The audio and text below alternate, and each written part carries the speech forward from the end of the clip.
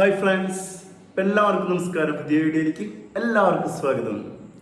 അപ്പം മലയാളത്തിൻ്റെ സ്വന്തം ദൃശ്യം, മലയാളത്തിൻ്റെ സ്വന്തം ലാലേട്ടൻ, മലയാളത്തിൻ്റെ സ്വന്തം ജിത്തു ജോസഫ്, ഒരു പേരും കൂടി ഒന്നിച്ച ആശീർവാദ് ഫിലിംസിൻ്റെ ദൃശ്യം എന്ന് പറഞ്ഞാൽ തന്നെ ഒരു ദൃശ്യവിസ്മയം തന്നെയാണ്. എത്ര ലാംഗ്വേജിലാണ് ആ പടം ചെയ്തിട്ടുള്ളത്? ഹിന്ദി, തമിഴ്, തെലുങ്ക്, കന്നഡ, പിന്നെ ഏതാ സിംഹള, ചൈനീസ്, വേൾഡ് വൈഡ് പല ലാംഗ്വേജിൽ ഈ പടം ചെയ്തിട്ടുണ്ട്. അതുകൊണ്ട് വളരെ അഭിമാനത്തോടുകൂടി പറയാവുന്ന ഫിലിമാണ് ദൃശ്യം. ഈ പടം അത്ര ലാംഗ്വേജിൽ പടം ചെയ്തിട്ടുണ്ടെങ്കിൽ കൂടി രണ്ട് ലാംഗ്വേജിൽ ഞാൻ കണ്ടുള്ളതാണ്, ഹിന്ദിയിലും തമിഴിലും. പക്ഷെ ലാലേട്ടൻ്റെ അതൊന്നും മുട്ടി നിൽക്കാൻ പോലും പറ്റുന്നില്ല. ഈവൻ നമ്മുടെ ഉലക നായകന് പോലും പല സീനുകളൊക്കെ വേറെ ലെവലാണ്. അതാണ് മുത്ത് ലാലേട്ടൻ.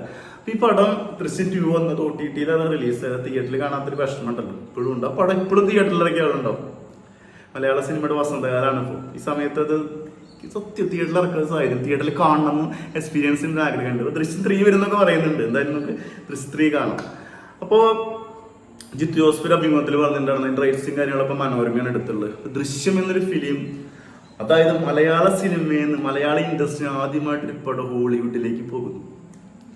ഈ പടം എല്ലാ ലാംഗ്വേജിലും എല്ലാ രാജ്യങ്ങളിലും കളിക്കുന്നൊരവസ്ഥ ഹോളിവുഡ്.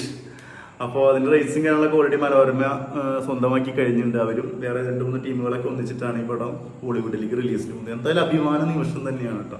കാരണം ഒരു പടം മലയാള ഇൻഡസ്ട്രിയിൽ നിന്ന് ഒരു പടം പോകുന്ന സമയത്ത് ഒന്നും പറയാനില്ല. നമ്മുടെ ഇൻഡസ്ട്രിയുടെ വിജയമാണ്, നമ്മുടെ ലാലേട്ടൻ്റെ വിജയമാണ്, ആശീർവാദിൻ്റെ വിജയമാണ്, ജിത്തു ജോസഫിൻ്റെ വിജയമാണ്, ഈ പടത്തിൽ അഭിനയിച്ച ഓരോ ക്രൂവിൻ്റെ വിജയമാണ്. ഈവൻ ആ മരിച്ച പോത്തിനെ കുറിച്ചിട്ട് ആ പോത്തിൻ്റെ ഒരു വിജയമാണ്. അപ്പോൾ അത് ഭയങ്കര സന്തോഷമാണ്. ദൃശ്യം 3 ഡിസ്കഷനും കാര്യങ്ങളൊക്കെ നടക്കുന്നുണ്ട്. അപ്പോൾ ജിത്തു ജോസഫിൻ്റെ അഭിമുഖത്തിൽ നമ്മളത് കേട്ടിരുന്നു. എന്തായാലും അവർ ഭയങ്കര കോൺഫിഡൻസിലാണ്. അവരെന്തായാലും വേൾഡ് വൈഡ് ഹോളിവുഡിൽ എത്തുന്ന സമയത്ത് ഈ പടം ഓൾമോസ്റ്റ് എല്ലാ രാജ്യങ്ങളിലും എത്തും, എല്ലാവരും കാണും. അപ്പോൾ വേറെ രീതിയിലേക്ക് തന്നെയാവും. നമ്മുടെ ഇൻഡസ്ട്രിയിൽ ഒരു ഇതുപോലത്തെ ത്രില്ലർ കൊണ്ടുവന്ന സമയം എന്ന് വെച്ച് കഴിഞ്ഞാൽ ഏകദേശം 2014 സമയത്താന്ന് തോന്നുന്നു. ആ ത്രില്ലറ് ഫസ്റ്റ് ഡേ മുതൽ എന്താ പറയുക തിയേറ്ററിലെ ആഘോഷമാണ്.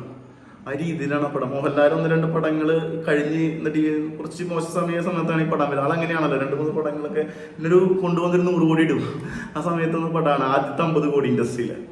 തിയേറ്ററിലൊക്കെ ഒരു ടിക്കറ്റ് കിട്ടാൻ വേണ്ടിയിട്ടുണ്ടല്ലോ. എനിക്ക് നല്ല ഓർമ്മയുണ്ട്. അത് കോട്ടയത്താണ്. എന്നിട്ട് ഇവിടെ തൃശ്ശൂർ ആകത്ത് വീണ്ടും പടം കണ്ടു. രാഗം നമ്മുടെ വികാരമാണല്ലോ. വീണ്ടും പടം കണ്ടു. എന്നും രാത്രി പടം വർക്ക് കഴിഞ്ഞ് ഒന്ന് അതിൽ കയറിയിരിക്കുക. അങ്ങനെ അത്ര ഇഷ്ടപ്പെട്ട അത്ര ആവശ്യം കണ്ടു തന്നെ അറിയില്ല. അത് ഇഷ്ടപ്പെട്ടൊരു മൂവിയാണത്. എല്ലാ ലാംഗ്വേജിലും വിജയമായതാണ്. തമിഴിൽ വിജയമായതാണ്, ഹിന്ദിയിൽ വിജയമായ പടമാണ്, കന്നഡ എല്ലാ ലാംഗ്വേജിലും പടം വിജയമായിരുന്നു. എന്തായാലും നമുക്ക് ഒരു 1-2 ലാംഗ്വേജിൽ മീന തന്നെയാണ്. അങ്ങനെ ഗൗതമിയായിരുന്നു തമിഴിൽ. എന്തായാലും ഓൾമോസ്റ്റ് പ്രൂവൊക്കെ മാറ്റം വന്നിട്ടൊക്കെ ഉണ്ട്. പക്ഷെ ലാലേട്ടനെ കമ്പയർ ചെയ്യാൻ ആർക്കും പറ്റിയിട്ടില്ല കേട്ടോ. എല്ലാവരും ഏത് ലാംഗ്വേജിൽ പടം റിലീസായാലും ചൈനീസിൽ റിലീസായ സമയത്ത് അവിടെ താരം ഡിസ്കഷൻ ലാലേട്ടൻ തന്നെയായിരുന്നു. എനിവേ നമുക്ക് അഭിമാനിക്കാം. എല്ലാവിധ ആശംസകളും. വലിയ വിജയമായി മാറട്ടെ. ഹോളിവുഡിൽ ഇങ്ങനൊരു പടം വരുന്ന സമയത്ത് ഒരുപാട് മാറ്റങ്ങളൊക്കെ വരുന്നാലും കഥയിലൊന്നും മാറ്റം വരില്ല. ഒരുപാട് വലിയൊരു വിജയമായി മാറട്ടെ. നമ്മുടെ ഇൻഡസ്ട്രി ലോകം കൂടെ അറിയട്ടെ. അടുത്തൊരു വീഡിയോ ആയിട്ട് വീണ്ടും വരാം. മുകേഷ്, ബൈ.